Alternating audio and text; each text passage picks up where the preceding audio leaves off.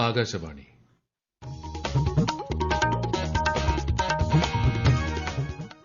നമസ്കാരം. പ്രാദേശിക വാർത്തകൾ വായിക്കുന്നത് സുധിൻ സേനുധി.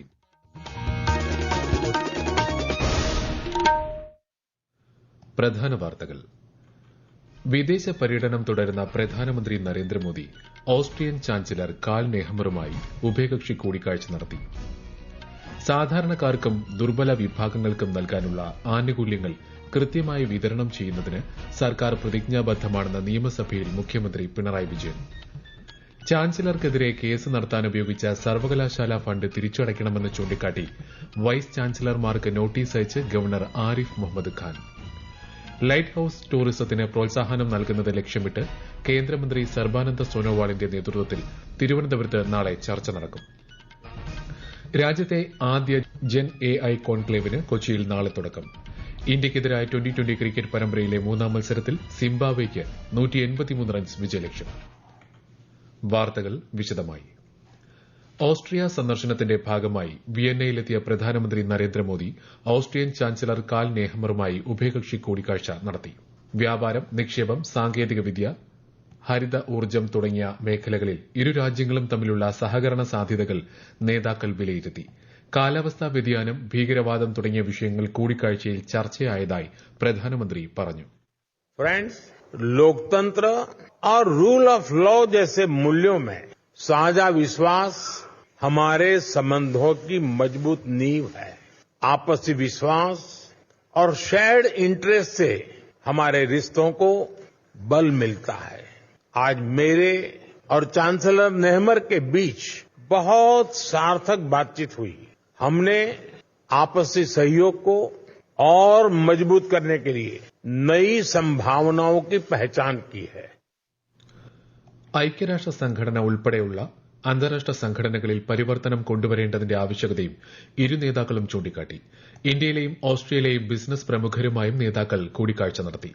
ഓസ്ട്രിയൻ കമ്പനികളെ ഇന്ത്യയിൽ നിക്ഷേപം നടത്താൻ ക്ഷണിച്ച പ്രധാനമന്ത്രി അടിസ്ഥാന സൌകര്യ വികസനം, സ്റ്റാർട്ടപ്പ് തുടങ്ങിയ മേഖലകളിൽ ഇരു രാജ്യങ്ങൾക്കുമിടയിൽ വലിയ തോതിലുള്ള സഹകരണ സാധ്യതകളുണ്ടെന്നും വ്യക്തമാക്കി. സർക്കാർ ആനുകൂല്യങ്ങളുമായി ബന്ധപ്പെട്ട കുടിശ്ശിക സമയബന്ധിതമായി നൽകി തീർക്കുന്നത് സംബന്ധിച്ച് മുഖ്യമന്ത്രി പിണറായി വിജയൻ നിയമസഭയിൽ പ്രസ്താവന നടത്തി. സാധാരണക്കാർക്കും ദുർബല വിഭാഗങ്ങൾക്കും നൽകാനുള്ള ആനുകൂല്യങ്ങൾ കൃത്യമായി വിതരണം ചെയ്യുന്നതിന് സംസ്ഥാന സർക്കാർ പ്രതിജ്ഞാബദ്ധമാണെന്ന് മുഖ്യമന്ത്രി പറഞ്ഞു.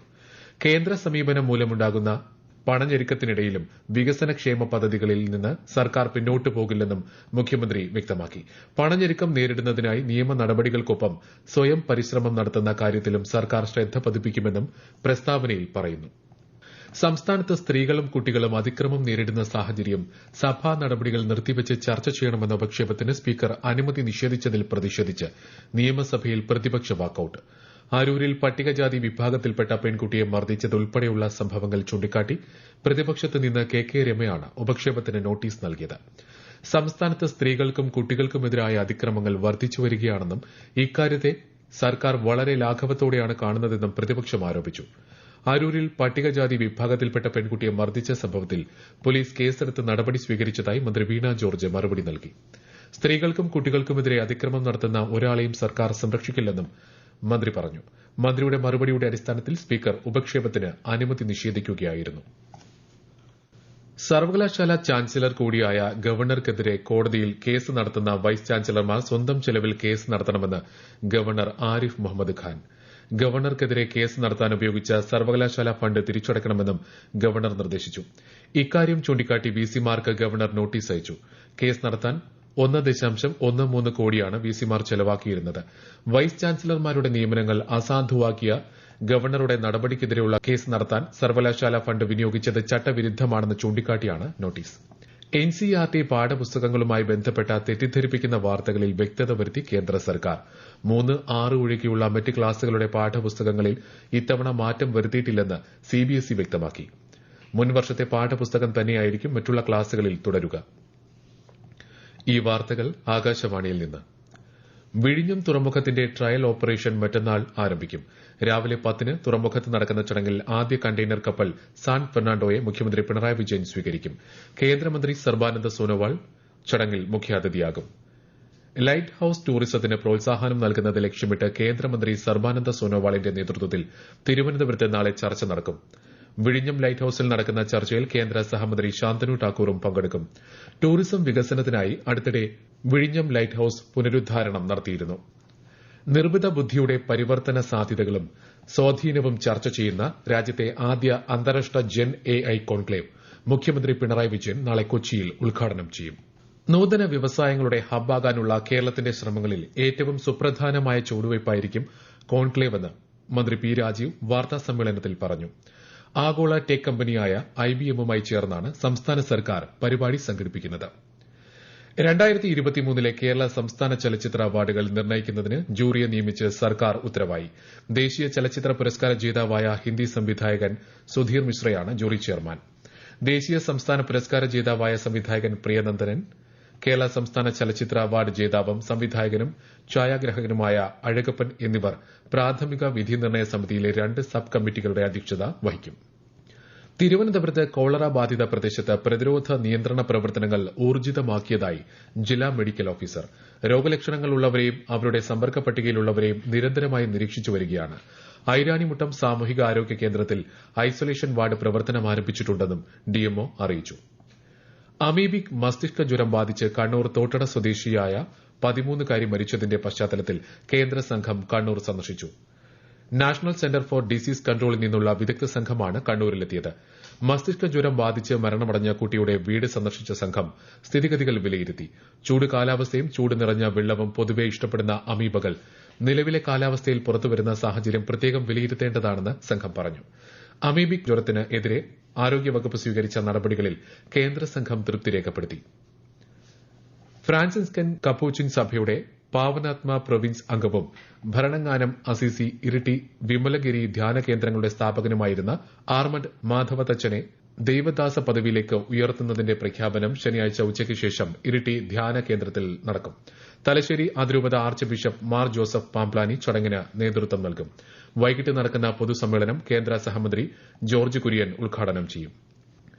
കണ്ണൂർ ജില്ലാ ഹോർട്ടികൾച്ചർ സൊസൈറ്റി സംഘടിപ്പിച്ച പുഷ്പോത്സവത്തിന്റെ ഭാഗമായി ഏർപ്പെടുത്തിയ മാധ്യമ പുരസ്കാരങ്ങൾ പ്രഖ്യാപിച്ചു. ശ്രവ്യ മാധ്യമങ്ങളുടെ വിഭാഗത്തിൽ ആകാശവാണിയും മികച്ച റിപ്പോർട്ടർക്കുള്ള പുരസ്കാരം ആകാശവാണി കണ്ണൂർ ജില്ലാ പ്രതിനിധി KO ശശിധരനും സ്വന്തമാക്കി.